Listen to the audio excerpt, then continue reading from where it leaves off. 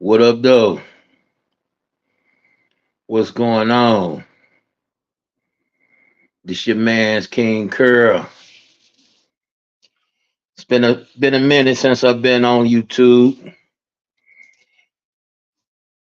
I did one dabble a little bit here and there.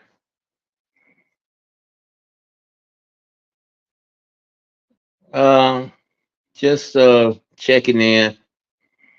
I realized it had been almost a month since I made any type of movements on here, so I don't want to become a total stranger.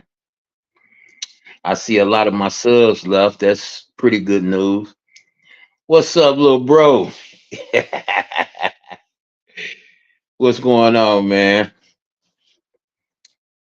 Yeah, I had to go ahead and press the live button.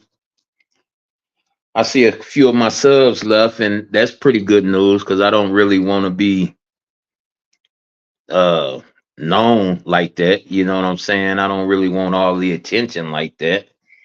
I really want the subject matters to be all have all the attention. So that's all good. You know what I mean? But what's going on right now is I'm getting stronger. Uh Oh, thank you, sir. Thank you. Thank you. Thank you. Thank you. I'm feeling a lot better. Yeah, y'all take a look. You know what I'm saying? Feeling a lot better these days. Let me try to get that sun out your eyes. Dang. Uh, I found a better position. Feeling a lot better. Feeling a lot stronger. Very optimistic. Get used to this chubby face because as soon as I get my strength all the way back, it's got to go. It's got to go.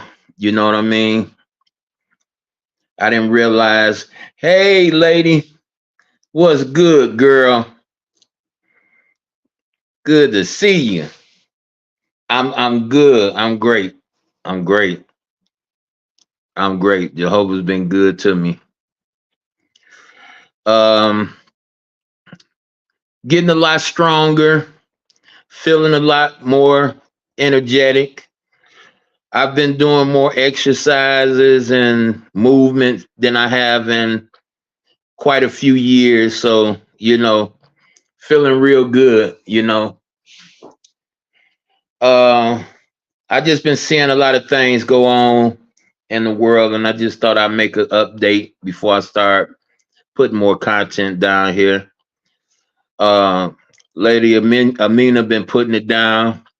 I've been tuning in to hers, getting that good info. It's a shame that somebody we listen to every day, uh, and we can actually approach and have a conversation with is believed less than the local news who lie to us every day. But to each his own. I listen to you, baby girl. Everything me and you've been talking about in this time has been coming to pass, and everybody still gonna won't believe it until one of these characters, famous characters, come out and say it's so. So keep on doing what you're doing, lady. I am there when you go live most of the time. If not, I'm catching the replay. You dig? But yeah, the family good. I told my wife I was gonna do it live. I was sitting down here waiting on my physical. I got a OT and a PT, and my OT was supposed to be here in between 1 and 2, and she didn't show up. But I did have my physical trainer come in today, and he gave me a few exercises to do, and I've been doing that. I got to get ready because I don't want my wife to lose her job. She got to report back on the 29th, so I got to get moving fast. Um, Doing all my doctor's appointments, my follow-ups. Got a doctor's appointment tomorrow to check on my lungs to make sure they're doing what they supposed to do. Um, my physical trainer come through twice a week, and that will be for like a month. So I got to take full advantage of that. Occupational therapy. There you go. I can't remember that for nothing. Occupational therapy. Yep. And they're pretty good people. Uh, both of them just so happen to be Indians. From India, I should say. Let me clarify that. But they both pretty strong, pretty good people. I know all about that. My daughter had one for 3 years when she was in. Okay, dig that. Yeah, you know where I'm coming from. They booted me out of the therapy that I was in because my insurance, this state insurance wouldn't cover another 7 days. If I would have had another 7 days, I've been straight there because they working you all day, 3 hours a day, every day, 1 day rest. So feeling pretty good. Ready to tackle some of these events that's going on. Don't want nobody to get it twisted. I'm still here. Um, I've heard individuals was making fun of my traumatic experience, and these days I respect life too much to argue with a man or a woman on here. So whatever you got to say wrong about me, y'all know who y'all are. Have at it. I ain't got no response to you. Nothing but love. Nothing but love. To give y'all a reiteration on what I've been through, I checked in the hospital um February 12th, 7 days before my 13th anniversary. All that week I had been having a very hard time breathing. And I had a hard time breathing already because when I would try to exercise, I would do the smallest thing and it would like take all my wind from me. But the week I went to the hospital, it was like kind of critical. And I called around, called my boy Bree, asked him did he have a nebulizer. Nobody had a nebulizer, so I had to order one from Amazon. Got the nebulizer, was kind of scared to go to sleep. I had to just stay up until I just fell asleep. And my homies kept on telling me just go to the hospital. And y'all know, if y'all know me, I'm always anti doctor, anti big pharma, all that stuff. And my wife said one thing to me, as I was pulling up to come home. She said, "Man, you could have that walking pneumonia." And when she said that, y'all, that was like the last straw. We've witnessed so many people drop, just out of nowhere and die, never recover off of that walking pneumonia. And yeah, I will, brother. Hey, just keep me in your prayers, man. Just keep me in your prayer. Um, so when she said that, y'all, that was the last straw. I just went ahead and I said, baby, well, grab my information out the house. I go ahead and roll to the emergency room. So I get to the emergency room and, they find out that I'm not even supposed to be alive. The levels of, I think it was CO2. I got a whole booklet on what I had went through. The scar y'all see on my face, I'm gonna show y'all in a second. I'm trying to wait till this sunlight die down a little bit. It's from a mask they had on me. They had to stick through tubes inside of me to help me breathe. They put me on a ventilator because I couldn't breathe on my own. They was very surprised that I was still walking around. To be honest with you, when I told them I drove to the hospital, they looked at each other like I was lying, and I didn't really catch it until my wife came in and they asked her the same question they asked me. How did he get here? And they showed her like, well, this is supposed to be this level right here is like when people die, your husband is like double that. You know what I'm saying? So immediately, y'all, I was, being me. I had the little nurses and the people that was helping me laughing, talking stuff, you know what I'm saying? Just being humorous. And the next thing you know, y'all, I was waking up trying to snatch tubes up out of me to where they needed like 6 or 7 people to hold me down. They had to strap me down because I didn't know what was going on. One moment I'm talking and it's a room full of people. The next moment, nobody around, and I'm waking up like where the hell I'm at. So what they had to do to help me breathe better is lay me on my stomach, and the mask they had me on scarred my face.